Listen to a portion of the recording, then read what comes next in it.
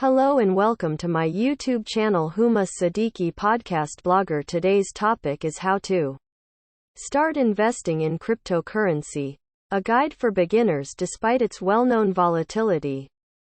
Cryptocurrency is on fire and many investors are looking to profit from its white-hot rise. Cryptos, such as Bitcoin and Ethereum, ebb for a while and then climb higher, and many other popular digital currencies are doing so, too. Experienced traders have been speculating on crypto for years, but what if you're new to the market and looking to get a piece of the action? 5 steps for investing in cryptocurrency. First things first, if you're looking to invest in crypto, you need to have all your finances in order. That means having an emergency fund in place, a manageable level of debt, and ideally a diversified portfolio of investments.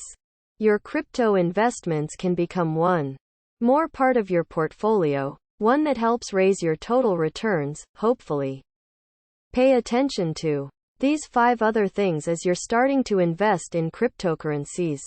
1. Understand what you're investing in as you would for any speculation. See the very thing you're putting resources into. On the off chance that you're purchasing stocks, it's essential to peruse the plan and break down the organizations completely.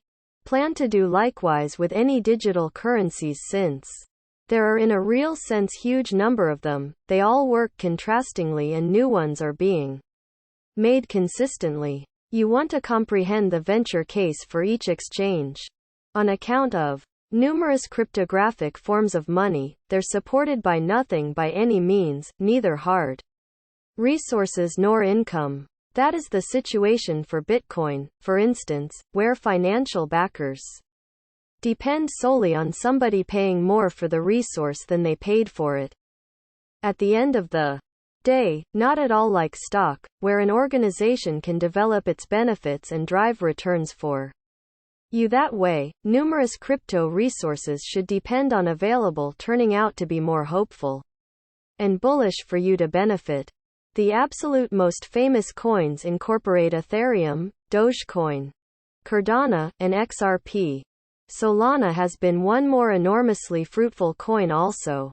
So prior to contributing, get the possible potential gain and disadvantages. In the event that your monetary venture isn't upheld by a resource or income, it could turn out to be generally worthless. 2. Keep in mind, the past will be past. A slip-up that numerous new financial backers make is taking a gander at the past and extrapolating that to what's to come. Indeed, Bitcoin used to be worth pennies, yet presently is worth a lot more. The key inquiry, nonetheless, is in what will that development goes on into the future, regardless of whether it's not at that transient rate, and what financial backers plan ahead, not to what a resource has done before. What will drive future returns? Merchants purchasing cryptographic money today need the upcoming increases, not yesterday's. 3. Watch that unpredictability. The costs of digital forms of money are comparably unpredictable as a resource can get. They could drop rapidly in seconds on just gossip that winds up demonstrating unmerited. That can be extraordinary for complex financial backers who can execute exchanges quickly or who have a strong handle availables basics, how the market is moving and where it could go. For new financial backers without these abilities, or the powerful calculations that direct these exchanges, it's a minefield. Instability is a game for powerful Wall Street dealers, every one of whom is attempting to outgun other profound financial backers. Another financial backer can undoubtedly get squashed by the instability. That is on the grounds that unpredictability shakes out brokers, particularly amateurs, who get terrified. In the meantime, different merchants might step in and purchase at little to no cost. To put it plainly, unpredictability can help refined brokers purchase low and sell high, while unpracticed financial backers and purchase high and sell low. 4. Manage your risk assuming you're exchanging any resource on a transient premise. You want to deal with your gamble, and that can be particularly obvious with unpredictable resources like cryptographic money. So as a more current broker, you'll have to comprehend how best to oversee risk and foster a cycle that assists you with moderating misfortunes. Also, that interaction can fluctuate from one person to another. Risk the executives for a drawn-out financial backer could essentially be never selling, no matter what the cost. The drawn-out mindset permits the financial backer to stay with the position. Risk the executives for a transient dealer, in any case, maybe setting severe standards on when to sell, for example, when speculation has fallen 10%. The merchant then rotely adheres to the guideline with the goal that a moderately little downfall doesn't turn into a devastating misfortune later. More current brokers ought to think about saving a specific measure of exchanging cash and afterward utilizing just a part of it, essentially from the start. Assuming a position moves against them, they'll in any case have cash in the hold to exchange with later. A definitive point is that you can't exchange on the off chance that you have no cash. So keeping some cash for possible later use implies you'll constantly have a bankroll to finance your exchange. It's essential to oversee risk, yet that will come at a passionate expense. Selling a losing position harms, however, doing so can assist you with keeping away from more awful misfortunes later. 5. Don't invest more than you can afford to lose. Finally, it's important to avoid putting money that you need into speculative assets.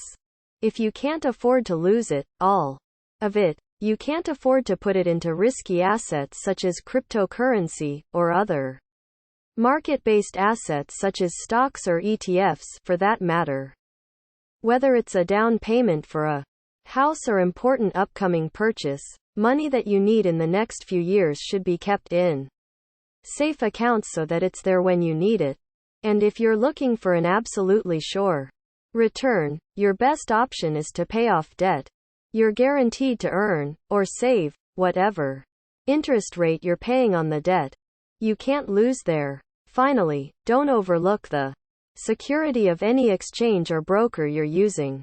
You may own the assets legally, but someone still has to secure them, and their security needs to be tight. If they don't think their cryptocurrency is properly secured, some traders choose to invest in a crypto wallet to hold their coins offline so they're inaccessible to hackers or others. Other ways to invest in cryptocurrency while investing directly in cryptocurrency may be the most popular way to do so. Traders have other ways to get into the crypto game, some more directly than others. These include crypto futures. Futures are another way to wager on the price swings in Bitcoin, and futures allow you to use the power of leverage to generate massive returns, or losses. Futures are a fast-moving market and exacerbate the already volatile moves in crypto. Crypto funds. A few crypto funds, such as the Grayscale Bitcoin Trust, also exist that allow you to wager on the price swings in Bitcoin, Ethereum as well as a few other altcoins. So they can be an easy way to buy crypto through a fund-like product. Crypto exchange or broker stocks.